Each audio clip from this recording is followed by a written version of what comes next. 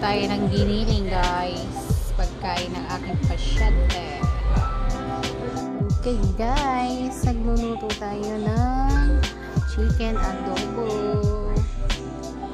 At yung egg natin ay gagawin